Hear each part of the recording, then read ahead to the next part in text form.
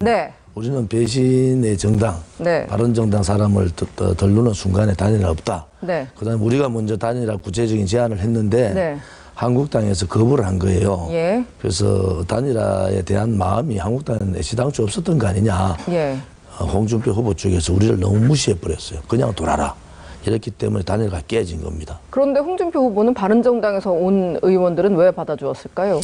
그러니까 제가 이해가 안 가는 게 네. 홍준표 후보가 대선만 생각하면은 네. 바른정당 후보 특히 권선동은 소추위원장이잖아요. 헌법재판소에 들어가서 눈물을 흘리면서 촛불 집회가 정의고 국민의 뜻이기 때문에 대통령 탄핵해야 된다. 홍준표 후보는 대통령 탄핵에 대해서 다시 좀 더 생각해 봐야 된다. 이런 입장인데 바른정당 후보를 받은 것은 대권보다는 당권에 관심이 많다. 그래서 홍준표 후보가 이번에 엄청 악수를 떠버린 겁니다. 그래서 다 죽어가는 유승민 후보 올라가고 조원진 후보로 이제는 보수가 홍준표 가지고는 안 되겠구나. 보수의 표가 몰리는 상황이 올 거다. 저는 그렇게 믿고 있고요. 악수 중에 악수를 떴는데 홍준표 후보가 그걸 모르고 떴다. 저는 그렇게 생각 안 합니다.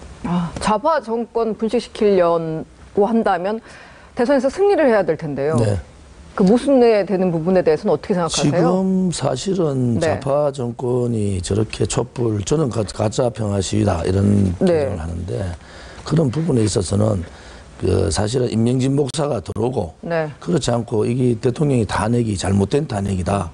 거짓이나 선동, 업무에 의한 탄핵이다. 네. 이런 입장을 가지고 우파 보수가 뭉쳤으면은 네. 지금은 문 혹은 우파 정당 한 명 이래가지고 다 네. 아주 강력한 정당 후보가 나올 텐데 임명진 목사 그다음에 홍준표 후보가 들어오면서 홍준표도 배신했는 사람들 권선동을 비롯한 여러 사람들 들어왔지 않습니까? 네. 그러면서 이게 완전히 잡탕 정당이 돼버린 거예요. 네. 그래서 보수 우파들의 생각은 그러면은 보수 우파를 대변할 수 있는 사람이 과연 누군가 예. 하는 거기에 따라서 표의 결집을 해 주실 거다.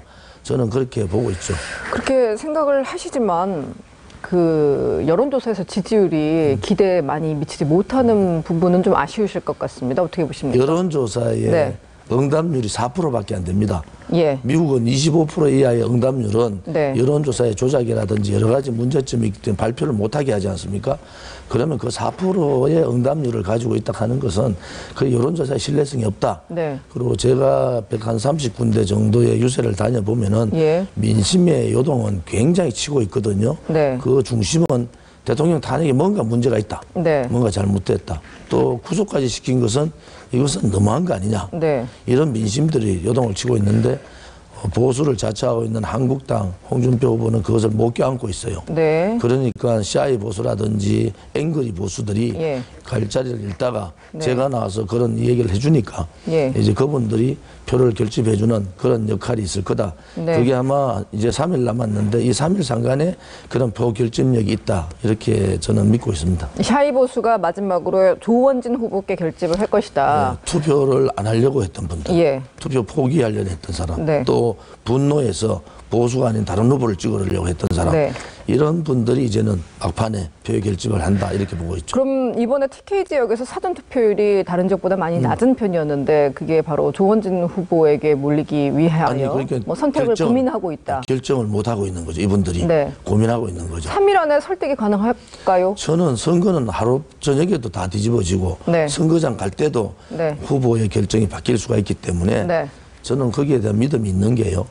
우리가 하는 일이 진실을 밝히는 일이고 정의를 세우는 일이기 때문에 처음에 시작이 굉장히 미약했지만은 예. 지금은 어느 후보보다도 유세 때는 사람이 제일 많이 모이는데 네. 제가 완전히 그냥 투명인간 비슷하게 됐어요. 네. 그래서 TV조선 말고는 뭐 오라 소리도 안 해요. 단지 하나 우리가 그래 투명인간 취급받지만은 또 다른 유튜브나 생방송을 통해서 보는 사람이 워낙 많아서 네. 이제 우리 새누리당 또 저에 대한 조원진에 대한 생각을 어떤 생각을 가지고 있다. 또 어떤 앞으로의 전국 구상을 가지고 있고 네. 이런 부분에 대해서 잘 이해를 하시는 것 같아요. 지금 여쭙기에도 좀 어려운 질문인데 그래도 좀 하나 드려보겠습니다. 진실을 밝히는 것에 방점을 두셨는데 이게 박 전 대통령 탄핵과 관련된 부분이십니까? 그런데 대통령 네. 말대로 엮였다. 네. 이걸 파헤쳐야 되는 거예요. 그거는 이제 고용태 문제라든지 그다음에 고용태 녹취 파일, 태블릿 PC 네. 이 부분에 대한 진실을 파헤쳐야 되는 거고 또 하나는 네. 이번에 그 촛불 집회를 통해서 자유민주주의가 굉장히 흔들리는 상황이 된 거예요. 네. 대한민국이 정체성이지 않습니까? 예. 여기에 대해서 자유민주주의를 우리 후대에게 물려줘야 된다 예. 하는 그런 어떠한 책임감, 그런 의무감 때문에 이 태극기를 든 분들이 많고 그분들이 이제 방향을 정할 때가 된 거 아니냐 이렇게 보고 있죠. 자, 박 전 대통령이 많이 아이였다라는 말씀을 유세 현장에서 좀 하셨는데요. 구치소에서 혹시 찾아뵌 적 있으신가요? 구치소 앞에까지는 갔고 네. 거기서 우리가 대규모 유세를 해서 그렇죠. 그게 아마 박근혜 대통령이 구치소에서 앞쪽에 계시기 때문에 예. 다 들으셨을 것 같고요. 아. 제가 알 수 있는 여러 가지 경로를 통해서 네. 박근혜 대통령의 근황을 누구보다 제가 많이 알고 있습니다. 그래서 정상적인 상태는 아니시고 상태가 굉장히 안 좋은 건 사실이고요. 워낙 또 기본에 조금 아픈 뭐 신부전증 이런 부분이 소화기관도 있어서 좋지 않다고 소화기관도 그렇고 신부전증이 있어서 빨리 조치를 해야 된다 이런 입장을 갖고 있습니다. 우리 의원님 박근혜 대통령이 마지막 영장실질심사 받으러 갔을 때 삼성동 자택에 나오셨었죠. 예. 예, 그때 뵀던 기억이 나는데 근데 이제 퇴거를 앞두고 탄핵 판결을 받고 나서 청와대에서 퇴거를 앞두고 있을 때 청와대에 오셨는데 면담 요청이 거절돼서 그냥 돌아가셨던 걸 제가 청와대에서 봤던 기억도 나요. 그러면 독대나 이런 개인적인 직접적인 의견 교환은 없었다고 보입니다. 삼성동 사주 오셔서 네. 90분 동안 만났잖아요, 제가. 다른 의원들도 많이 계셨고 그때 마당에 계시지 않았습니까? 많이 없었고 네. 그거는 그 다음에 네. 가실 때고 사주 오시가 그 다음 날 네. 대통령하고 90분 동안 만나서 예. 할 수 있는 얘기를 다 했고요. 네. 그 중요한 부분은 한국당에 대한 기대가 없다. 그 다음에 한 명이 됐든 몇 명이 됐든 국민의 뜻을 받으려면은 정의를 세우고 똑바로 가면 된다. 대통령이 직접 말씀. 자유한국당에 대한 기대가 기대는 없다. 예. 지금 얘기한 게 대통령 말씀이에요. 예. 그다음에 몇 사람이 되더라도 네. 나가서 국민의 뜻을 바로 세우면은 예. 그것이 국민에 지지하지 않겠느냐. 예. 또 눈이 내리면 뭐하냐. 예. 눈 사람을 만들려면 돌멩이가 필요한데 예. 그 돌멩이 역할을 누군가는 해야 된다. 네.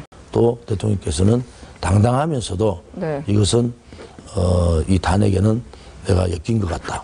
이런 만명을 분명히 하셨어요. 예. 그래서 뭐 그 부분은 많은 사람이 아니고 두세 네. 사람이 같이 있었기 때문에 예. 제가 하는 얘기가 네. 거짓이면 그 사람들이 아니라고 얘기해야 되는데 네. 제가 하는 얘기가 그 90분 동안 만나면서 뭐 그 얘기 말고도 네. 많은 얘기를 했어요. 알겠습니다. 대선 이후의 행보에 대해서 짧게 여쭤봐도 되겠습니까? 어차피 새누리당은 네.